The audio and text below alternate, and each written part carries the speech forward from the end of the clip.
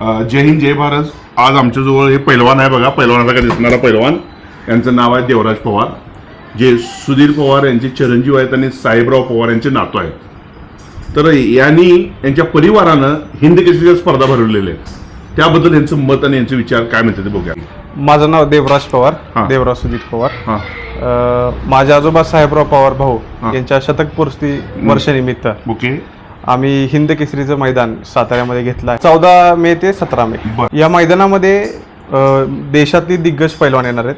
त्यामध्ये नामवंत पैलवान आणि जुनेही पैलवान येणार आहेत. बरं. पण यावेळी महाराष्ट्रातले 12 पैलवान हे आपले हिंद केसरीला पार्टिसिपेट करणार आहेत. ओके, मोठे पैलवान. जी, हां. महाराष्ट्र केसरी 8 आणि बाकी 4 पैलवान. मग सतपाल वगैरे पैलवान येणार का? जी जी जी सतपाल पैलवान जी 2 दिवस मुक्कामी असणार आहेत आपल्याकडे. ओके. आणि आपल्याकडं कझाकिस्तानच्या हां डेप्युटी प्राईम मिनिस्टर हां. चोल्पॉन सुलतान बेबोके हां, या येणार आहेत. या येणार आहेत आपल्याकडे. बरं. साताऱ्यामध्ये खूप छान प्रकारच्या कुस्त्या होतील हां. आणि फार सुंदर अनुभव सगळ्यांना येईल. आणि माझे आजोबा साहेबराव भाऊ पवार त्यांचं 101 वर्ष पूर्तनिमित्त हे कार्यक्रम घेतलाय.